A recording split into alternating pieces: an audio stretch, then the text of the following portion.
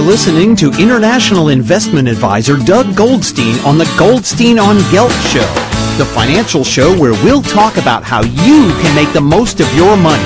With all the confusing financial chatter bombarding you each and every day, Goldstein on Gelt will give you the practical information you want and need about living a financially stable life. Here's your host, money maven Doug Goldstein. Okay, we are back. We are talking to Bill Cohan. Bill Cohan is not only a best-selling author, but he has a 17-year history on Wall Street. He worked with Lazard, Frères, with Merrill Lynch. He was a managing director at JPMorgan. And he's the author of the best-selling book, Money and Power, How Goldman Sachs Came to Rule the World, as well as other books. Bill, pleasure to have you on. Nice to be here. Thank you for having me. With all of your experience on Wall Street, you've now become an investigative journalist and written a lot about Wall Street. What inspired you to make the change? Well, believe it or not, before I went to Wall Street, I had been an investigative journalist in Raleigh, North Carolina, and I'm a proud graduate of the Columbia Graduate School of Journalism in New York.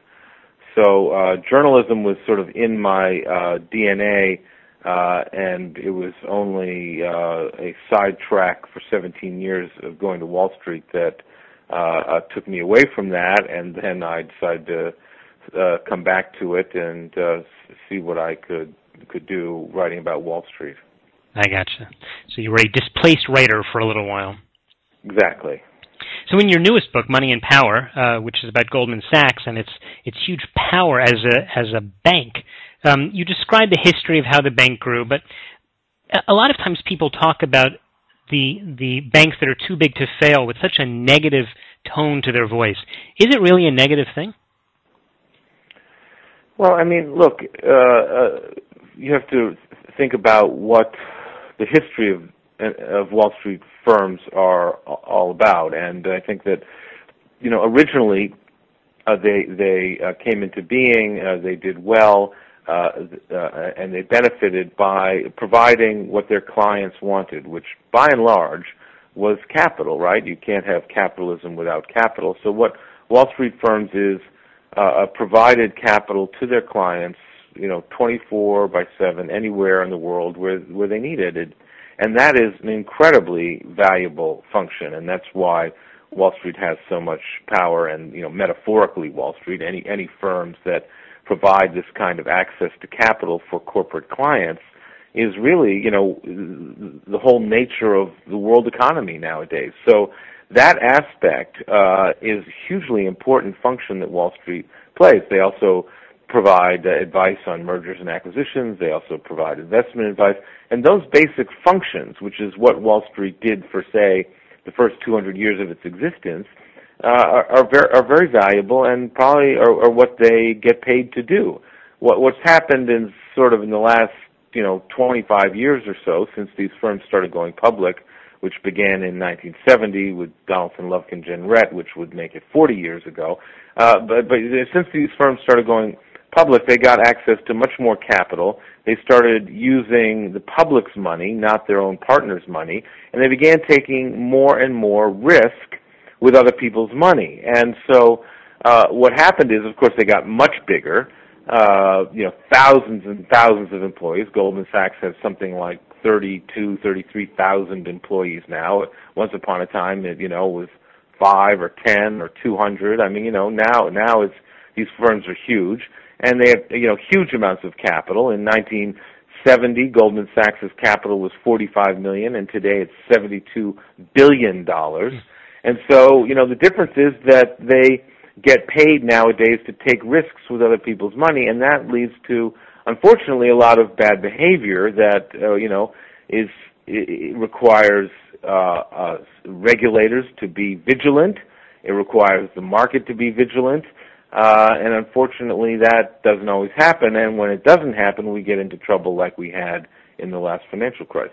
Do you think the regulators, in fact, are capable of overseeing this business? You know, this is a very, very important and good question. I mean, I think they're certainly capable of regulating it, Wall Street, more than they have done in the past, 25 years, as Reagan's mantra about deregulation sort of took hold and became the gospel. I think that there's no question that they fell down on the job during the last 10 years between the internet bubble and the real estate bubble. I mean, it's just frankly unconscionable what they allowed to happen on Wall Street, and more of their poor behavior comes out all the time. On the other hand, it's never been a particularly fair fight. The SEC, the Securities and Exchange Commission, is constantly fighting for every dollar that it can get from Congress, and they're understaffed compared to Wall Street firms. They clearly, have very many talented people, but it's not in the same league as people on Wall Street who get paid millions of dollars. The regulators get paid tens of thousands of dollars to do their job, and it just attracts a different kind of person. And the Wall Street firms basically are in existence to avoid or evade the regulators' grasp. And so, as I say, it's never been a particularly fair fight, but that doesn't mean the SEC and its ilk need to abdicate as they did in the last 10 years. Mm-hmm. We are talking to Bill Cohan, who is a Wall Street veteran, having been there for about 17 years, working at some of the top firms, and then returns to his first love, which was writing. He wrote the best-selling book about Goldman Sachs called Money and Power, How Goldman Sachs Came to Rule the World. Bill, a previous book you wrote was called House of Cards. It talks about the excesses on Wall Street and how the recent economic situation came about, all the problems that we had over the past few years. Do you think that situation really could have been avoided?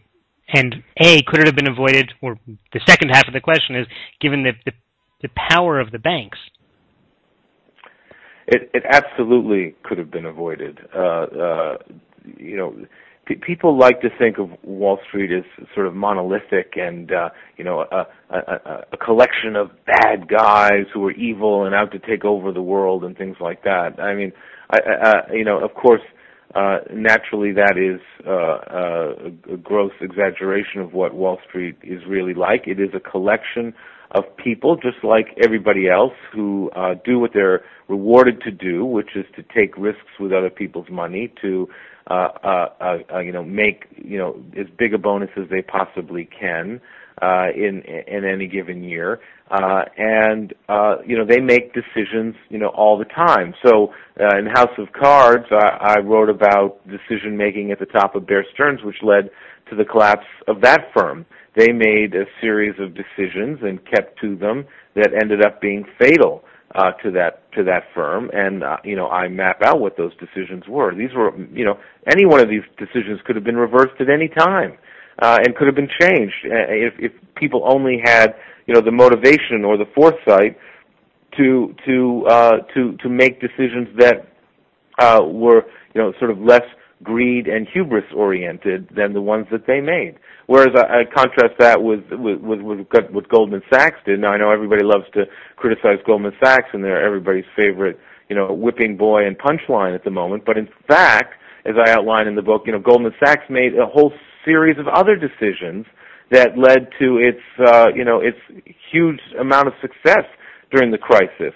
And I know it gets lumped together with all the other firms, but if you actually look at the facts, I mean, the same year that Bear Stearns was going out of business, which is essentially the end of 2007, Goldman Sachs made $17.2 billion in pre-tax profit. Wow. And so these firms are very different, and they're very different in terms of decision-making at the top, and that's the difference between, frankly, success and failure. Couldn't you just say that the banks were all making very big bets because they were playing with a huge pot of gold, that some of them won and some of them lost the bets?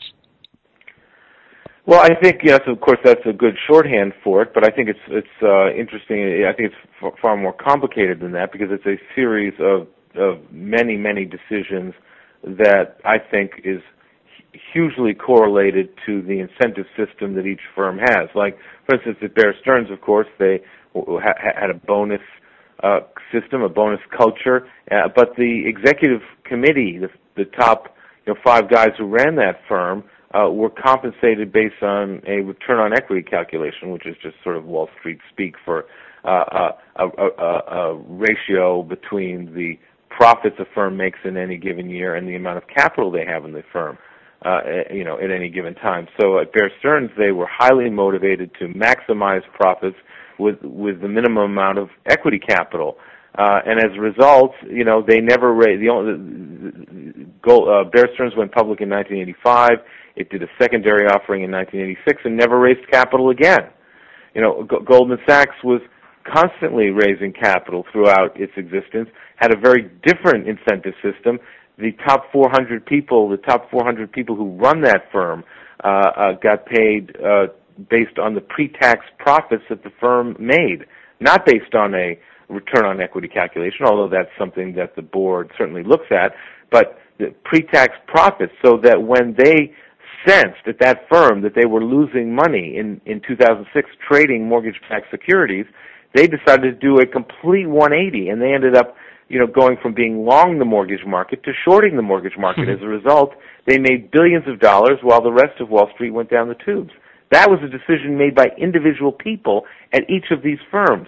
So to say that this couldn't have been prevented or couldn't have come out otherwise is being utterly naive and dismissive. And I think one of the great things that I think this report by the Financial Crisis Inquiry Commission in the United States did was it sort of made this very point, that this was a man-made disaster that could have been prevented. Mm-hmm. Okay, just as the last question, because we're running out of time, we've been talking on the macroeconomic level about the big banks. This show is really a personal finance show, and I'd like to bring this down to the common man. Regular people invest their regular money with these big banks at the end of the day, and I think they've lost a lot of faith. They feel that maybe the investment companies with whom they entrust their money don't really have their best interest in mind. A, is that true? And B, is there something that people can do about it? Well, I think it goes back to what we were talking about before. I mean, once upon a time when these firms were all private partnerships with their firms' with their partners' private capital in these firms, which is the way it was from the existence of Wall Street, start of Wall Street until 1970 or thereabouts. I think the incentives of the firm and its clients and its were completely aligned. But as these firms went public and the public's money was substituted for the partners' money, and the incentive system changed from being one where they shared pre-tax profits to one where they, divvied up a portion of the revenue that they generated, all the incentives changed, and the conflicts became larger and larger and larger, and there became a conflict between what was in the firm's interest and what was in its clients' and customers' interest, and I think we saw that play out, to a hugely detrimental degree during this financial crisis. And I think that for individuals who have their money at these firms, I think you have to be very, very, very careful. Anybody who's in the business of selling you products for a living, you have to take what they tell you with a grain of salt, even though they couch it in terms that make them seem like an expert and authoritative. I think you better off perhaps finding somebody to manage your money who works at a small independent firm who you can trust and you can get access to on the phone, who's not in the business of selling the products that the firm manufactures. And I think we saw hugely the danger of that during this financial crisis. Okay, that's a very good review about how people have to be very aware that when they're looking at something that's very complicated. I find a lot of the products that I see that get shown to me by the big banks, I say, wow, it's just so difficult to even understand. How am I supposed to explain this to a client? Anyway, Bill Cohan, I've really enjoyed talking with you. We're just about out of time, but could you tell people how they could follow the work that you're doing? Well, I think, you can follow me at Twitter, at William Cohan, or, my books are all available, of course, on Amazon and fine bookstores everywhere. And I write for Vanity Fair and Bloomberg View, the New York Times, Fortune Magazine, and The Atlantic. So I'm around. Okay. Thank you very much, William Cohan, for joining us today. My pleasure. Thank you for having me. You've been listening to the Goldstein on Gelt Show with money maven Doug Goldstein. Doug's weekly radio show is heard around the world, but if you miss it, you can download the podcast at www.goldsteinongelt.com. The Goldstein on Gelt Show gives you up-to-date financial ideas so you can get on the path to financial freedom. If you'd like your questions answered on the air or off, send Doug an email to doug@profile-financial.com. It's your money for your future, so join Doug every week to build your wealth on the Goldstein on Gelt Show.